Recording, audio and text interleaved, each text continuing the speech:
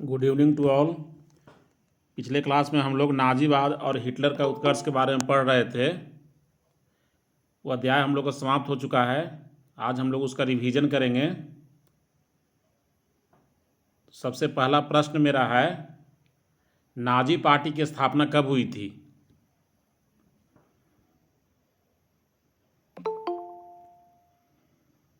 Nazi party की स्थापना कब हुई थी? 1920 ईस्वी। 1920 ईस्वी। और हिटलर का शासनकाल कब से कब तक रहा? 1914 से 1918। हिटलर का शासनकाल जर्मनी में कब से कब तक रहा? 1934 से 45 तक। हाँ, 1934 से 1945 तक। 1934 में वह राष्ट्रपति और चांसलर दोनों पद संभाल लेता है और 30 अप्रैल 1945 को वह आत्महत्या कर लेता है। इस प्रकार उसका शासनकाल 1934 से 1945 तक रहा। आज जो हम लोग रिवीजन करेंगे उसमें मुख्य रूप से ऑब्जेक्टिव प्रश्न रहेगा। तो सबसे पहला जो प्रश्न है हिटलर से संबंधित वह है कि उसका जन्म कहाँ और कब हुआ था? 20 अप्रैल 1938 के ब्रोना शहर। जवाब मिल गया, लेकिन एक साथ कई लोगों के जवाब देने के कारण आवाज़ में थोड़ा सा कन्फ्यूजन हो गया है। हिटलर का जन्म ऑस्ट्रिया के ब्रोना शहर में 20 अप्रैल 1889 को हुआ था। ठीक है। फिर वह जर्मन आर्मी कब ज्वाइन करता है? 1914 में। ठीक है। 1914। उसके बाद उसके बहादुरी के लिए सम्मान दिया जाता है। उस सम्मान का नाम क्या है?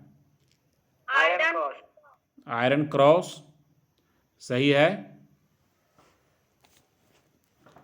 नवंबर 1918 में जर्मनी की जब पराजय होती है तो वहाँ जो सरकार बनती है उस सरकार को किस नाम से जानते हैं?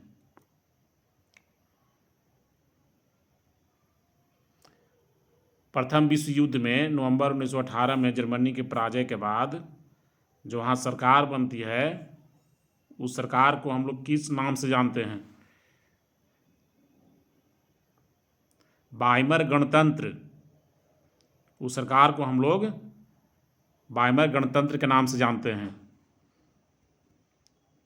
वाइमर गणतंत्र ने प्रथम विश्व युद्ध के युद्ध विराम संधि पर हस्ताक्षर कब किया था?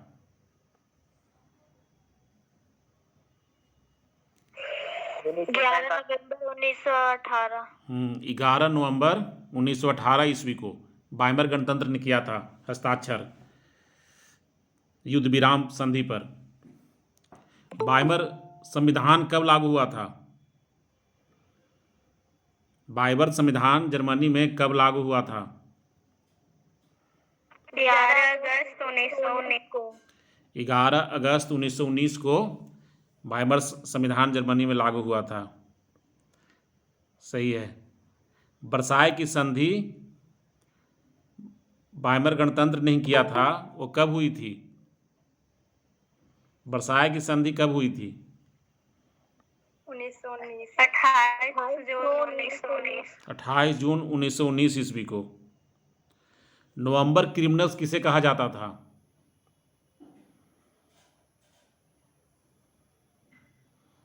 वाइमर गणतंत्र के समर्थकों को। हाँ, वाइमर गणतंत्र के जो समर्थक थे और जो नेता थे उनको नवंबर क्रिमिनल्स कहा जाता था,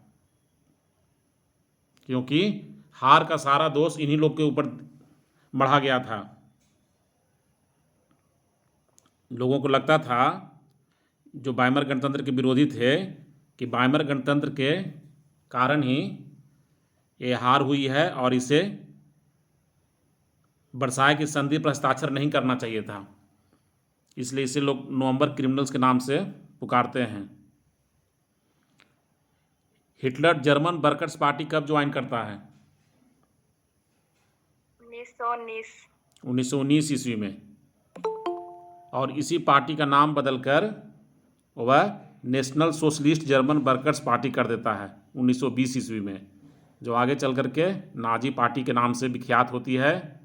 और इस प्रकार वह हिटलर उस दल का नेता बन जाता है। नेता यानी जर्मन में उसे हम लोग किस नाम से बुलाते हैं? फ्यूहरर, फ्यूहरर के नाम से बुलाते हैं। फिर 1923 में किसके साथ मिलकर वाइमर गणतंत्र को समाप्त करने की कोशिश किया था? तख्ता पलट करने की कोशिश किया हिटलर 1923 में लूडेनडार्फ के साथ मिलकर, जो कि पहले एक जनरल था और उस समय वह एक राजनीतिज्ञ था। जनरल का मतलब सेना में अफसर। हिटलर के द्वारा जो आत्मकथा लिखी गई है उसका नाम क्या है? मेरा संघर्ष या मेन कैंप। जो नाजी पार्टी की जो झंडा थी वो किस रंग की थी और उस पर क्या निशान बना हुआ था? स्वास्तिका लाल, हाँ, लाल रंग का झंडा था, उस पर स्वास्तिक का चिन्ह बना हुआ था। सही है। राष्ट्र संघ की सदस्यता कब मिली थी जर्मन को? 1925 में। किस समझौता के अनुसार? लोकार्नो समझौता। लोकार्नो कहाँ है? स्विट्जरलैंड। हाँ, स्विट्जरलैंड में शहर है। ठीक है। फिर उसके बाद 1928 में कौन सी घटना घटी थी?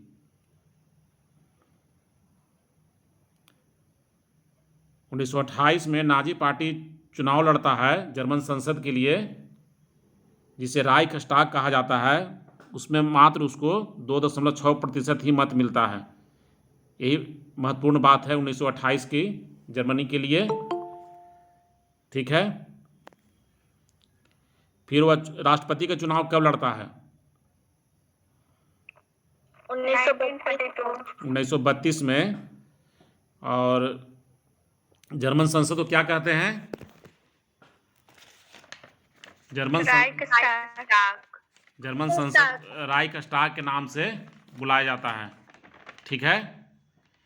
जैसे लोकसभा होता ना है, उसको हमारे देश में जैसे लोकसभा है निम्न सदन, उसको वहाँ पर राइखस्टाग कहते हैं। और वहाँ जो उच्च सदन है जैसे राज्य परिषद जो वहाँ पर जो है, उसको वहाँ पर राइखसराट कहा जाता है। राइखसराट। फिर उसके बाद बतलाओ, चांसलर कब बनता है हिटलर? 30 जनवरी 1933 को। उस वक्त वहाँ राष्ट्रपति कौन होता है? हिंडेनबर्ग। हाँ, हिंडेनबर्ग राष्ट्रपति होता है, जो कि 30 जनवरी 1933 को इसे वहाँ का चांसलर नियुक्त करता है। तृतीय राइख के नाम से इस संसद को कहा बुलाया जाता है। तृतीय राइख क्यों कहते हैं? तृतीय राइख के नाम से जो संसद को बुलाया जाता है, कि जो नाजी पार्टी की जो सरकार बनती है राइखस्टाग में, तो इस सरकार को तृतीय राइख कहा जाता है। थर्ड रिच, अंग्रेजी में इसको बोलते हैं थर्ड रिच, हिंदी में उसको उच्चारण हो जाता है राइख। तृतीय राइख के नाम से बोला जाता है। तो इतिहासकार जो थे, जो इतिहासकार लोग जो हैं, वो इसे नाजी जो पार्टी की जो सरकार बनती है उसे थर्ड रिच के नाम से बुलाते हैं। प्रथम राइख जो कहा था वो रोमन साम्राज्य को कहा गया। पहले इतिहास में रोमन साम्राज्य के अधीन ही था जर्मन, तो हो गया उसको कहा प्रथम राइख। फिर उसके बाद जो जर्मन साम्राज्य बना, अस्तित्व में आया, तो उसे कहा गया द्वितीय राइख। और इसको हिटलर के अधीन जब ये सरकार बनी तो इसको इतिहासकार तृतीय राइख के नाम से संबोधित करते हैं। तो नाजी पार्टी की जो सरकार थी उस संसद को हम लोग क्या कहते हैं? तृतीय राइख। ठीक है। तृतीय राइख क्यों कहते हैं, समझ में आ गया। सबसे पहले रोमन साम्राज्य के अधीन थी, जर्मनी था, तो उसको प्रथम राइख कहा गया। द्वितीय राइख हो गया जर्मन साम्राज्य, और तृतीय राइख हो गया नाजी सरकार। इनेबलिंग एक्ट कब बना था? मार्च 1933। उसमें क्या था? इनेबलिंग एक्ट क्या था? मार्च 1933 में बना था इनेबलिंग एक्ट, उसमें क्या था? हिटलर के अध्यादेश के द्वारा शासन करने का अधिकार। हाँ, हिटलर को शासन करने का पूर्ण अधिकार दे दिया गया। इनेबलिंग एक्ट के द्वारा जर्मनी पर शासन करने के लिए हिटलर को, अध्यादेश का मतलब हो गया कानून, एक कानून बना करके, तो इनेबलिंग एक्ट मतलब कानून होता ही है, तो कानून बना करके वह जर्मन पर शासन करने का उसको अधिकार दे दिया गया। तो इसका भरपूर फायदा उठाता है हिटलर। उसने सब विरोधी दल को वो समाप्त करना शुरू कर देता है। गेस्टापो क्या था? गुप्त सैनिक। हाँ, वह विशिष्ट पुलिस थी, खुफिया पुलिस। हिंडेनबर्ग की मृत्यु कब होती है? 1934 में। 1934 में। सर्वाधिकारवाद क्या है?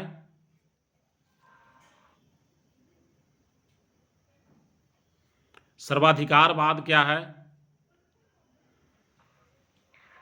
एक ही व्यक्ति को सारा अधिकार दे दिया जाता है। उसमें हिटलर है जो राष्ट्रपति और चांसलर दोनों पदों पर अधिकार जमा लेता है। हाँ, सही है।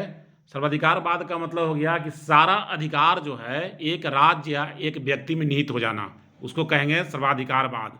कोई संसद नहीं रहेगा, कोई लोकतंत्र की संस्था नहीं रहेगी, जो एक व्यक्ति चाहेगा वही होगा, उसको यानी सारा अधिकार जो है एक व्यक्ति में, एक शासन में सिमट जाएगा, सरकार में, तो उसे हम लोग सर्वाधिकारवाद कहेंगे। तो हिटलर के अधीन क्या हुआ था? एक सर्वाधिकारवादी राज्य की स्थापना हुई थी। एक जनता, एक साम्राज्य और एक नेता का नारा किसने दिया? हिटलर ने दिया। ठीक है। हिटलर पर जर्मनी पर कितना धनराशि देने का प्रावधान किया गया? 6 अरब पाउंड। 6 अरब पाउंड। राजमार्ग की डकैती किसे कहा जाता है? हिटलर ने किसे कहा? वर्साई की संधि को। हाँ, हिटलर ने वर्साई की संधि को राजमार्ग की डकैती कहा।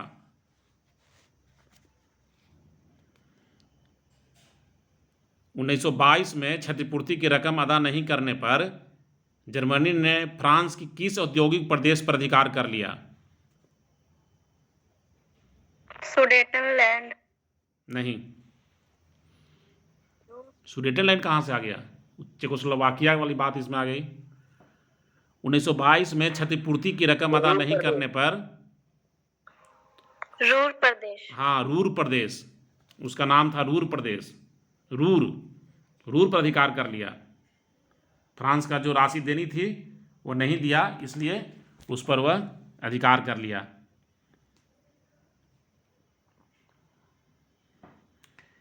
रक्त और लौह की नीति किसकी थी?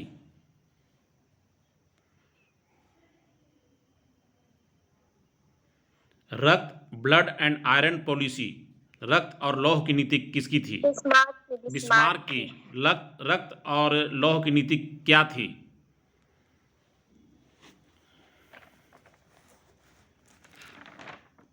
सैनिक बल से कब्जा करना। हाँ, सैनिक बल से सीमा विस्तार करना, साम्राज्यवाद। सैनिक बल से साम्राज्यवाद और जर्मनी का एकीकरण करना, इसी के उद्देश्य से वो भाषण दिया था, उसी का अंश है रक्त और लौह की नीति। तलवार के बल पर यानी सैनिक बल से। ठीक है। स्पार्टकिस्ट आंदोलन क्या था?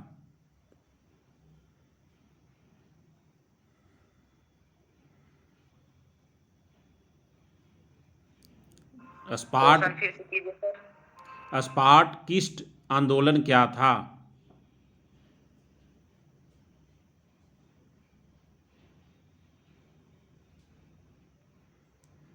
वाइमर गणतंत्र और कम्युनिस्टों के बीच संघर्ष हुआ था। कम्युनिस्ट वाइमर गणतंत्र को समाप्त करके सत्ता पाना चाह रहा था जर्मनी का।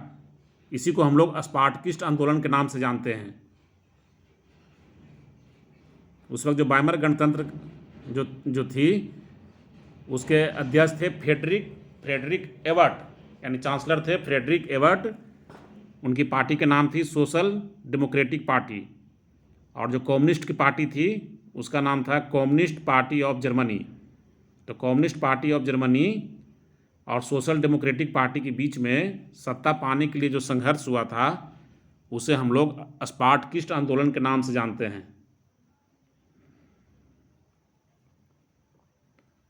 ये जो नाम है रोमन गणराज्य के सबसे बड़े दास विद्रोह के नेता स्पार्टाकस के नाम पर पड़ा है। रोमन गणराज्य में सबसे बड़ा दास विद्रोह के नेता थे स्पार्टाकस। तो उन्हीं का ये संबंधी था कम्युनिस्ट पार्टी ऑफ जर्मनी, जो कि पहले स्पार्टकिस्ट लीग की स्थापना किए थे। तो मुख्य रूप से इसमें समझना है स्पार्टकिस्ट आंदोलन जो है वह कम्युनिस्ट यानी साम्यवादी और लोकतंत्रवादी के बीच संघर्ष हुआ था। उसी को हम लोग स्पार्टकिस्ट आंदोलन के नाम से जानते हैं, जो 5 से 12 जनवरी 1919 ईस्वी तक चला था। ठीक है, ये थोड़ा कठिन थोड़ा प्रतीत हो रहा होगा, लेकिन सिंपल में इतने याद रखना है कि साम्यवादी और वाइमर गणतंत्र के बीच का यह संघर्ष था स्पार्टकिस्ट आंदोलन। विकासवादी सिद्धांत किसने दिया था?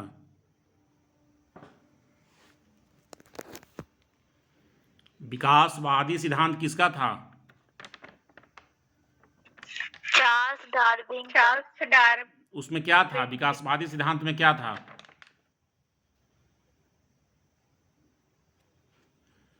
चार्ल्स डार्विन कहाँ का था? चार्ल्स डार्विन था यूनाइटेड किंगडम का था। उसका क्या था? विकासवादी सिद्धांत क्या था? कम शक्तिशाली प्राणी खुद ब खुद समाप्त हो जाएगा। हाँ, वो एक प्राकृतिक वैज्ञानिक थे, जीव वैज्ञानिक थे वह। तो उन्होंने जीवों पर, पेड़ पौधों पर, जीवों पर के बारे में वैसा दिए थे विचार अपना, जिसमें कि जीवन जो है न्यूनतम रूप से उच्चतम रूप में विकसित होता है, और उच्चतम रूप जो है वही अस्थायी टिक पाता है। निम्नतम रूप जो उसका है वह धीरे धीरे समाप्त हो जाता है। प्रकृति से संघर्ष में यदि वह पीछे हो जाता है तो समाप्त हो जाता है। फिर ये जो सिद्धांत दिए थे डार्विन, और दूसरा था अतिजीविता का सिद्धांत। वो कौन दिए थे? स्पेंसर, जो कि डार्विन के सिद्धांत को समाज पर लागू किए थे। तो उसी बात के समाज में बोले कि समाज भी जो है निम्नतम रूप से उच्चतम रूप में विकसित होता है, और उच्चतम जो रूप है मनुष्य का और समाज का वही टिक पाता है, और निम्न रूप जो है समाप्त हो जाता है। तो इसी को ये हिटलर है जो अपना देता था, तर्क देता था। तो हिटलर इसमें थोड़ा सा मॉडिफाई करके बोलता था कि उसे समाप्त हो जाना चाहिए, उसे रहना नहीं चाहिए। जैसे उसके नज़र में यहूदी था जो कि अवांछित था, यहूदी को न्यूनतम मानता था, निम्नतम, कि उसे नहीं रहना चाहिए, उसे समाप्त कर देना चाहिए। तो हिटलर अपने आप को नॉर्डिक जर्मन आर्य कहता था। नॉर्डिक जर्मन आर्य का क्या मतलब हुआ?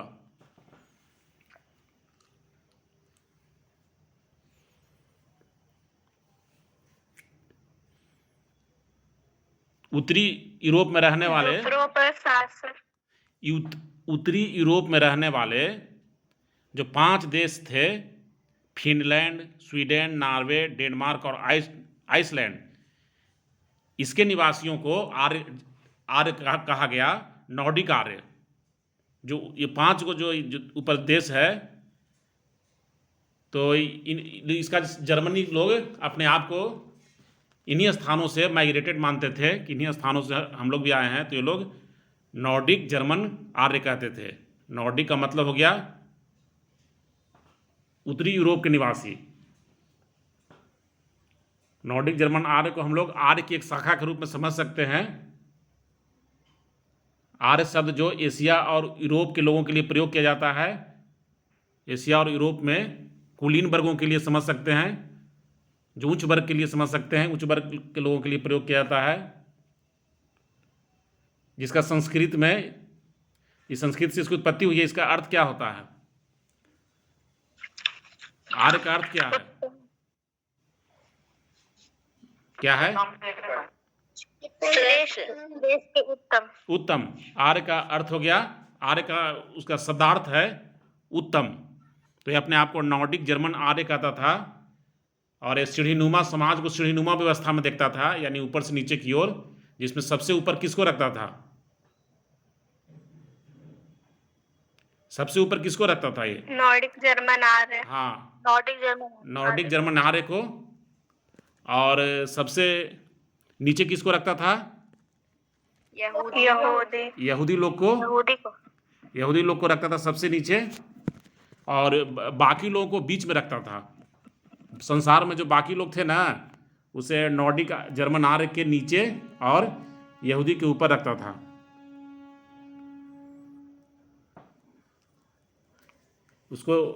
उसे विश्वास था, या उसकी विचारधारा थी कि नॉर्डिक जर्मन आर्य ही सर्वश्रेष्ठ प्रजाति है विश्व में।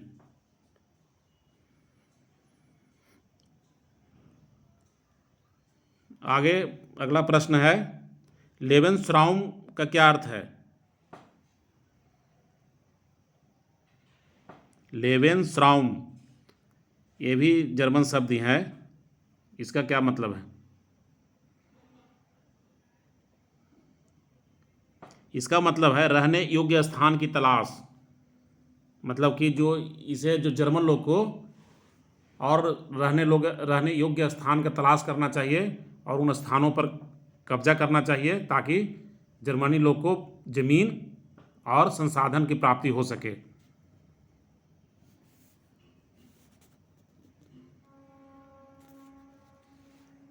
नाजीवादी जो दर्शन था, वह जनतंत्रात्मक व्यवस्था, उदारवाद और लोकतंत्र का क्या था? समर्थक था कि विरोधी था? नाजीवादी दर्शन जो था, लोकतंत्र का समर्थक था कि विरोधी था? विरोधी। हाँ, लोकतंत्र का वह विरोधी था, और उग्र राष्ट्रवाद का समर्थक था, समाजवाद का विरोधी था, और साम्यवाद का भी विरोधी था। समाजवाद और साम्यवाद में क्या अंतर है? ये तो बार बार मिल रहा है शब्द, समाजवाद और साम्यवाद।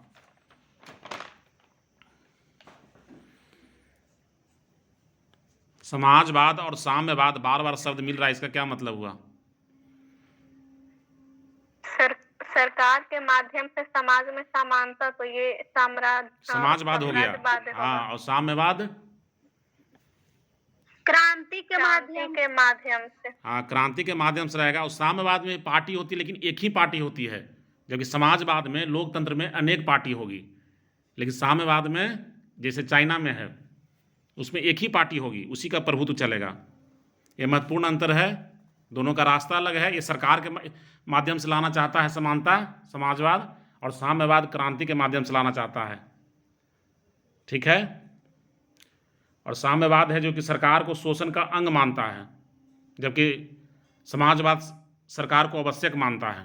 तो ये बुनियादी अंतर हुआ। ये दोनों का विरोधी था, चूंकि ये दोनों पूंजीवाद का विरोधी है। समाजवाद और साम्यवाद दोनों बराबरी की बात करता है, आर्थिक रूप से भी और सामाजिक रूप से भी समाज में। अतः ये जो है पूंजीवाद का विरोधी है, और इसलिए, और हिटलर था वो पूंजीवाद का समर्थक था, इसलिए समाजवाद का विरोधी होता है। ठीक है?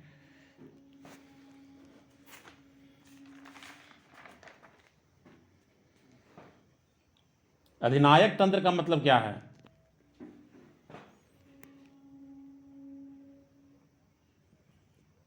अधिनायक तंत्र का क्या मतलब है? तानाशाह। हाँ, अधिनायक तंत्र का मतलब वही हुआ, तानाशाह तंत्र या सर्वाधिकारवाद, सबका मतलब वही हुआ, जिसमें एक व्यक्ति के अधीन में सारी शक्तियां आ जाना। घेटो क्या था?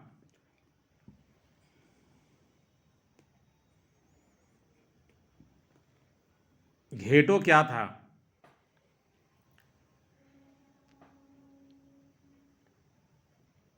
यहूदियों के लिए अलग बस्ती बनाया गया था। बस्ती हो। हाँ, उसी को हम लोग घेटो कहते थे, यानी बस्ती, उसका अर्थ बस्ती ही है। यहूदियों को जर्मन नागरिकता कब छीन ली गई और किस कानून के द्वारा छीन ली गई? यहूदियों को न्यूरेम 1935 को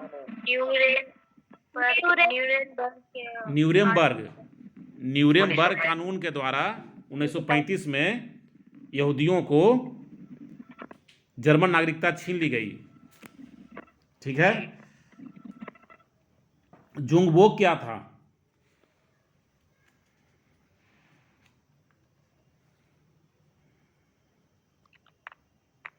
बच्चों के जुम्बोक नाम सैनिक में भर्ती लेना था। नामक संस्था में भर्ती कराया जाता था सैनिक बनने। 10 वर्ष के जो उम्र के बच्चों को जिस संस्था में भर्ती किया जाता था, उस संस्था को जुंगबोक कहते थे, जिसमें खेल के माध्यम से सैनिक शिक्षा दी जाती थी। जुंगबोक। और हिटलर युद्ध क्या था? 14 वर्ष से ऊपर के सभी युवाओं को इसमें भर्ती किया जाता था। हाँ, ये एक संस्था का नाम है। हाँ, ये संस्था थी हिटलर यूथ, जिसमें 14 वर्ष से ऊपर के सभी युवाओं को भर्ती किया जाता था, जिसमें उसे लड़ाई लड़ना सिखाया जाता था। ठीक है। फिर उसके बाद the league of German maidens क्या था? इसमें महिलाओं को खाना बना घरेलू काम करने के लिए सिखाया जाता था। इसमें महिलाओं को सदस्य ग्रहण करना अनिवार्य था, सदस्य बनना अनिवार्य था, और इसमें महिलाओं को घरेलू जो जवाबदेही होती है और मातृत्व की शिक्षा दी जाती थी। द इटर्नल ज्यू क्या था? यहूदियों के विरुद्ध एक फिल्म बनाई गई थी। हाँ, यहूदियों से घृणा करना सिखाया गया था उस फिल्म में। उस फिल्म का नाम थी द इटर्नल ज्यू। गोबेल्स कौन था? प्रचारक। हाँ, गोबेल्स था हिटलर का प्रचार मंत्री, उसे प्रचार मंत्री बनाया था। उसका प्रमुख सिद्धांत क्या था? अफवाह को इतना फैला दो कि वह सत्य प्रतीत होने लगे। हाँ, सत्य प्रतीत होने लगे। ऑनर क्रॉस किसे दिया जाता था? जो अधिक बच्चा पैदा करती। हाँ, जो अधिक संतान पैदा करती थी महिलाएं, उसे ऑनर क्रॉस से सम्मानित किया जाता था, क्योंकि हिटलर चाहता था कि ऑनर क्रॉस से सम्मानित किया जाता था, क्योंकि हिटलर चाहता था कि हमारा देश की जनसंख्या बढ़े। हॉलमार्क शाक्त कौन था? अर्थमंत्री था। अर्थमंत्री था हिटलर का, जो कि जर्मन की स्थिति सुधारने के लिए नियुक्त किया था, जिसे। चतुर्वर्षीय योजना कब लागू हुई? 1936 ईस्वी में। और वहाँ जो मोटर गाड़ी कंपनी खोली गई थी हॉलमार्क शाक्त के निर्देशानुसार, उस गाड़ी का क्या नाम था? वॉक्सवैगन नाम था। इसकी स्थापना कब हुई थी? 28 मई 1937 को। हाँ, 28 मई 1937 को। ठीक है। ठीक है। जिनेवा निरस्त्रीकरण सम्मेलन कब हुआ था?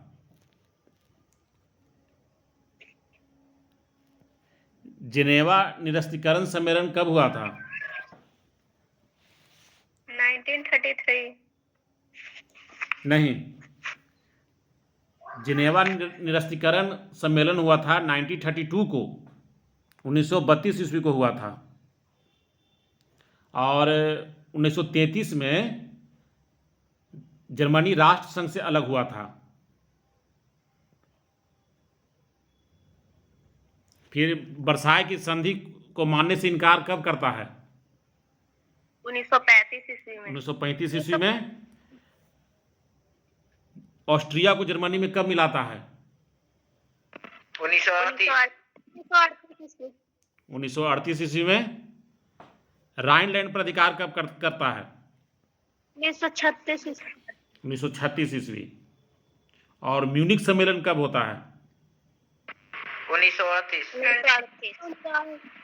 किस सम्मेलन के तहत सुडेटनलैंड जर्मनी को दे दिया जाता है?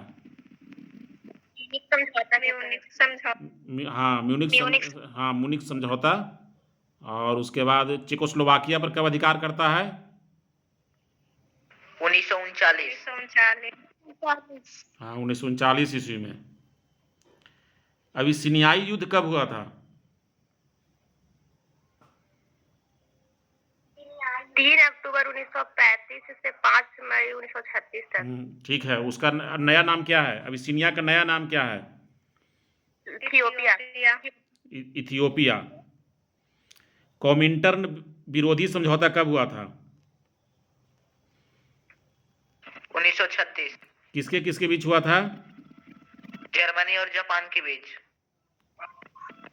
जर्मनी और जापान के बीच, सही है। हिटलर सोवियत संघ से समझौता कब करता है? अनाक्रमण संधि। 1937। नहीं, 1939। हाँ, 1939 ईस्वी में सोवियत संघ से वह अनाक्रमण संधि करता है। और इंग्लैंड से वह एक समझौता करता है, इंग्लैंड के साथ भी हिटलर। वो कब करता है और उसकी मुख्य बातें क्या रहती है? 1935। उसकी मुख्य बातें क्या रहती है? वह वायु सेना में वृद्धि नहीं कर सकता है। वायु सेना बढ़ाने के लिए वो रहती है। और बोलो कोई दूसरा।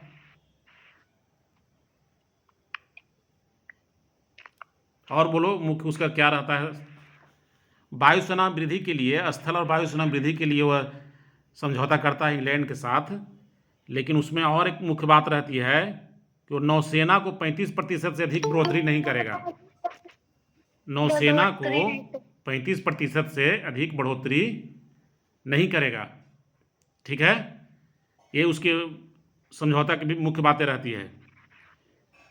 हिटलर पोलैंड पर आक्रमण कब करता है? 1934 सर। दूसरे कोई बोलने का मौका दो। राम नाम से ज्वाइन किया ना है, काफ़ी उत्तर दे चुके हो, अगला कोई मौका बोलने दो। मेरा प्रश्न है कि हिटलर पोलैंड पर आक्रमण कब करता है? 1934 ईस्वी। नहीं, 1 सितंबर 1939। हाँ, 1 सितंबर 1940 को पोलैंड पर हमला करता है। वह 10 वर्षों के लिए अनाक्रमण संधि भी किया था पोलैंड के साथ। वो 1934 में करता है। 1934 में हिटलर 10 वर्षों के लिए अनाक्रमण संधि करता है पोलैंड के साथ।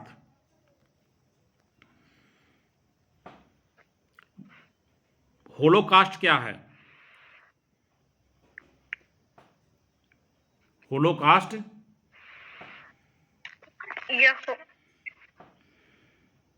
होलोकास्ट या हिंदी में उसको कहते हैं विध्वंस। उसका क्या मतलब है?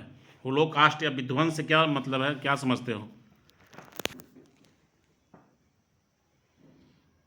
सब कुछ खत्म हो जाना, बहुत ज्यादा नुकसान। यहूदियों पर और हिटलर के विरोधियों पर जो नाजी पार्टी अत्याचार की, क्रूर जो अत्याचार की, उसी को होलोकास्ट के नाम से हम लोग जानते हैं। इतिहास में नाजी पार्टियों के द्वारा, हिटलर के द्वारा यहूदियों पर और हिटलर विरोधियों पर जो अत्याचार हुआ, उसे हम लोग विध्वंस या होलोकास्ट के नाम से जानते हैं। ठीक है, तो यही रिवीजन था। समय भी थोड़ा सा घटा दिए हैं।